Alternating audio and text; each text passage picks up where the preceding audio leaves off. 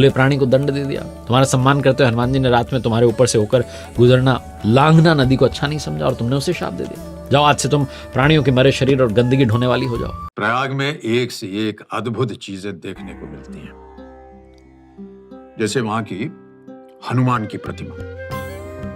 अब हनुमान जी की प्रतिमाएं तो कई देखी होंगी आपने, पर प्रयागराज जैसी नहीं देखी होगी। लेटे हुए हनुमान जी हैं वहां पर। संगम के पास जो किला है उसके पास ही है ये मंदिर। बांध के हनुमान के नाम से प्रसिद्ध है ये जगह।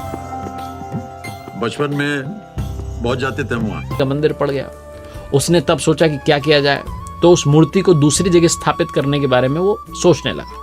मूर्ति की खुदाई नीचे से कर ली गई, उसे उठाया जाने लगा, लेकिन बहुत सारे प्रयास के बाद भी मूर्ति उठाई नहीं जा सकी। भारी सामान उठाने वाले जो यंत्र थे उनसे भी उठाने की कोशिश की, लेकिन वो मूर्ति और भारी होती चली गई। लगा हर श्वास पर पहरा, मौत का बेखबर सुन ले, न जाना सांस तेरी को कौन सी मौत चुन ले।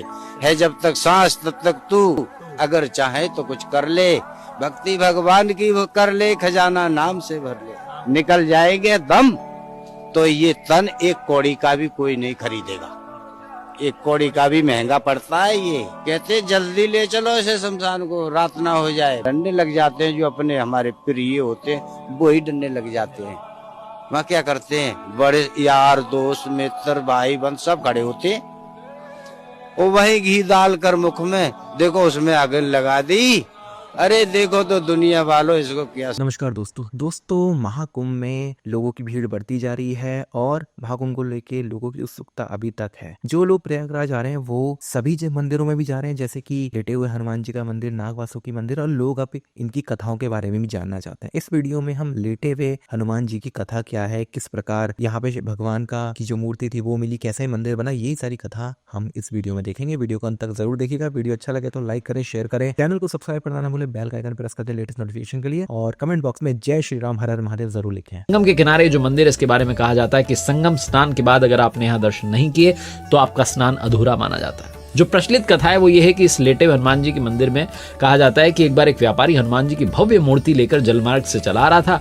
हनुमान जी का परम भक्त था, जो अपनी नाव लिए प्रयाग के समीप पहुंचा तो उसकी नाव धीरे धीरे भारी होने लगी और संगम के पास आकर यमुना जी के जल में डूब गई। बाद में कुछ समय बाद यमुना जी के जल की धारा ने कुछ राह बदली तो मूर्ति दिखाई पड़ी। उस समय मुस्लिम शासक अकबर का शासन चल रहा था।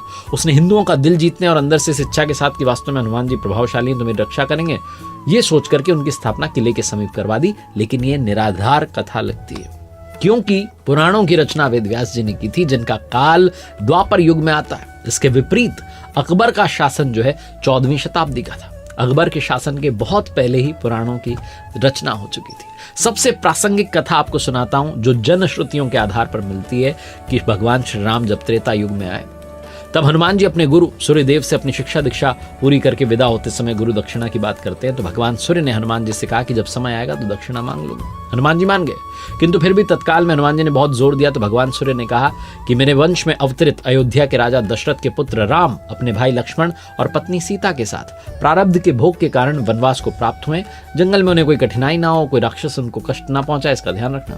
सूर्यदेव की बात सुनी हनुमान जी अयोध्या की तरफ प्रस्थान करते हैं। भगवान सोचते कि यदि हनुमान ही सारे राक्षसों का संहार कर देंगे तो मेरे अवतार का उद्देश्य समाप्त हो जाएगा। इसलिए उन्होंने माया को प्रेरित किया कि हनुमान जी को घोर निद्रा में डाल दो। भगवान का आदेश प्राप्त करके माया उधर चली जिधर से हनुमान जी आ रहे थे। हनुमान जी जब चलते हुए गंगा जी के तट पर पहुंचे तब तक भगवान सूर्य अस्त हो चुके थे, रात्रि का समय हो गया था। हनुमान जी ने माता गंगा को प्रणाम किया और सोचा कि रात में नदी नहीं लांघता हूं, ये सोचकर के गंगा के तट पर ही रात्रि बिताने का निर्णय लिया। हनुमान जी के हृदय में अपने गुरु की आज्ञा पालन का संदेश उमड़ रहा था। निद्रा उन्हें आ नहीं रही थी, इसलिए आसन लाकर ध्यानस्थ होकर विचारमग्न हो गए। माया ने जब उन्हें ध्यानस्थ देखा तो डर गई, क्योंकि यदि प्रातः काल हो गया तो हनुमान जी अयोध्या पहुंच जाते और वो अपना कार्य प्रारंभ कर देते। तो हनुमान जी का तब ध्यान टूटा। उन्होंने सोचा क्यों ना सत्संग में रात बिताएं, तो ये सोचकर ऋषि भारद्वाज जी के आश्रम की तरफ चल पड़े। अब माया और निराश हो गई। हनुमान जी भारद्वाज ऋषि के आश्रम में पहुंचे। वहां वेद पुराण का व्याख्यान चल रहा था। हनुमान जी वहीं बैठ करके कथा सुनने लगे। कथा में भारद्वाज ऋषि ने बताया कि कल यहाँ पर जगत के स्वामी अयोध्या नरेश दशरथ के पुत्र के रूप में अवतरित भगवान राम गंगा को पार कर पहुंचने वाले हैं। हनुमान जी प्रसन्न हो गए। अभी उन्होंने गंगा पार कर अयोध्या जाने का विचार त्याग दिया तथा वहीं संगम के तट पर ही रहकर भगवान जी की प्रतीक्षा करने का निर्णय लिया। रात्रिकालीन जो है समय था, तो उन्होंने सोचा कि यहीं पर लेट जाता हूं। थोड़े समय के लिए लेट गए, उन्हें निद्रा आ गई और इधर माया को अवसर मिल गया।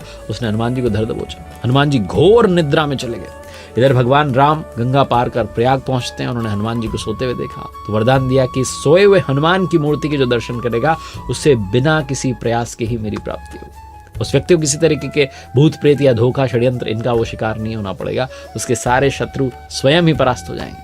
इस तरीके से हनुमान जी को अमोघ वरदान देकर भगवान श्री राम भारद्वाज ऋषि के आश्रम और अक्षयवट का दर्शन करते आगे की यात्रा पर निकल गए। ये वरदान आज भी सत्य साबित हो रहा है। ये पुराण प्रसिद्ध सिद्ध हनुमान मंदिर का दर्शन जो है समस्त बाधाओं को, कष्ट को शांत कर देता है, हरने वाला। प्रातःकाल कहा जाता है कि जब गंगा देवी ने देखा कि एक प्राणी उनकी तरफ ही पांव फैलाकर सो रहा है तो उन्होंने अपने आप को अपमानित महसूस किया और हनुमान जी को डुबो दिया। सूर्यदेव ने जब प्रातःकाल देखा कि उनके शिष्य की दशा हुई है तो गंगा को शाप दिया कि तुम्हारा हृदय मैला है, जो ज्ञानवश तुमने एक सीधे साधे भोले प्राणी को दंड दे दिया। तुम्हारा सम्मान करते हुए हनुमान जी ने रात में तुम्हारे ऊपर से होकर गुजरना, लांघना नदी को अच्छा नहीं समझा और तुमने उसे शाप दे दिया। जाओ, आज से तुम प्राणियों के मरे शरीर और गंदगी ढोने वाली हो जाओ। गंगा नदी के दूषित होने से संसार के समस्त देव संबंधी और शुभ कार्य बाधित होने लगे तो देवताओं ने भगवान सूर्यदेव से प्रार्थना की। तब भगवान सूर्यदेव ने कहा कि जा गंगे, तेरे जल के ऊपर मेरी किरणों के पड़ते ही तुम्हारे जल की पवित्रता बढ़ जाएगी। तुम्हारे जल से मेरा किया गया स्तवन पूजन कोटि गुना फल देने वाला हो। भगवान सूर्य के कहने पर गंगा जी ने कहा कि हनुमान चातुर्मास व्यतीत होते ही पुनः भगवान श्री राम की सेवा में उपस्थित हो जाएंगे। तब तक हनुमान जी किष्किंधा पर्वत पर सुग्रीव की सेवा में उनकी सेना में लगे रहे। चतुर्मास बीतने पर भगवान श्री राम सीता जी खोज करते हुए किष्किंधा पर्वत पर पहुंचते हैं तो वहां उनकी मुलाकात भगवान जी से होती है। ये पौराणिक कथा है। कालांतर में कहा जाता है कि जब मुगल शासन के दौरान अकबर के समय में बादशाह अकबर ने उस सिद्ध तपोभूमि को अपने किले के रूप में परिवर्तित करना शुरू किया तो उसकी दीवार की सीध में सोए हुए हनुमान जी का मंदिर पड़ गया। उसने तब सोचा कि क्या किया जाए तो उस मूर्ति को दूसरी जगह स्थापित करने के बारे में वो सोचने लगा। मूर्ति की खुदाई नीचे से कर ली गई, उसे उठाया जाने लगा, लेकिन बहुत सारे प्रयास के बाद भी मूर्ति उठाई नहीं जा सकी। भारी सामान उठाने वाले जो यंत्र थे उनसे भी उठाने की कोशिश की, लेकिन वो मूर्ति और भारी होती चली गई। जैसे जैसे उठा रहे थे वैसे वैसे वो धंसती चली जा रही थी। अंत में डर करके अकबर ने उस मंदिर को हटवाने का काम बंद कर दिया और डर के मारे उसने हनुमान जी की पूजा आराधना की। ऐसा कहा जाता है जो भव्य किला था उसकी दीवार हनुमान जी के मंदिर की तरफ टेढ़ी है, आज भी आप देख सकते हैं। इस मंदिर के बारे में एक और बात जो प्रसिद्ध है वो ये है कि जब औरंगजेब का शासनकाल था तब उसने भी इस प्रतिमा को ऐसा हटाने की कोशिश की। उसने 100 सिपाहियों को लगा दिया लेकिन वो भी प्रतिमा को हिला नहीं पाए। कहा जाता है कि हनुमान जी की जो प्रतिमा है इसके पीछे उनके पुनर्जन्म की कहानी भी जुड़ी हुई है। कहा जाता है कि जब वो लंका जीतने के बाद बजरंगबली अपार कष्ट से पीड़ित थे और मरणासन अवस्था में पहुंच चुके थे, बहुत थक चुके थे, तब मां जानकी ने इसी जगह पर उन्हें अपना सिंदूर देकर नया जीवन और हमेशा चिरायु रहने का आशीर्वाद दिया था। इसके साथ ही माता जानकी ने भी कहा था कि जो भी इस त्रिवेणी तट पर संगम स्नान पर आएगा उसको संगम स्नान का असली फल तभी मिलेगा जब वो हनुमान जी के दर्शन करेगा। माता जानकी के सिंदूर दिए जाने के बाद से ही इस मंदिर में आने वाले भक्त जो है बजरंगबली को सिंदूर का दान करते हैं, जिसे बहुत शुभ माना जाता है। हनुमान जी की इस मंदिर में जो प्रतिमा है वो दक्षिणाभिमुखी है, यानी कि दक्षिण की तरफ मुख है और 20 फीट लंबी है। कहा जाता है कि ये ग्राउंड लेवल से, धरातल से जो है 6 से 7 फीट नीचे। संगम नगरी में इन्हें बड़े हनुमान जी, किले वाले हनुमान जी, लेटे हनुमान जी और बांध वाले हनुमान जी के नाम से जाना जाता है। ये कहा जाता है कि इनके दाएं हाथ में राम लक्ष्मण जी हैं, बाएं हाथ में गदा शोभित है। बजरंगबली यहाँ आने वाले सारे भक्तों की मनोकामनाएं पूर्ण करते हैं। एक और बात जो इस मंदिर के बारे में कही जाती है, कहा जाता है कि 600 से 700 साल पुराना ये मंदिर है।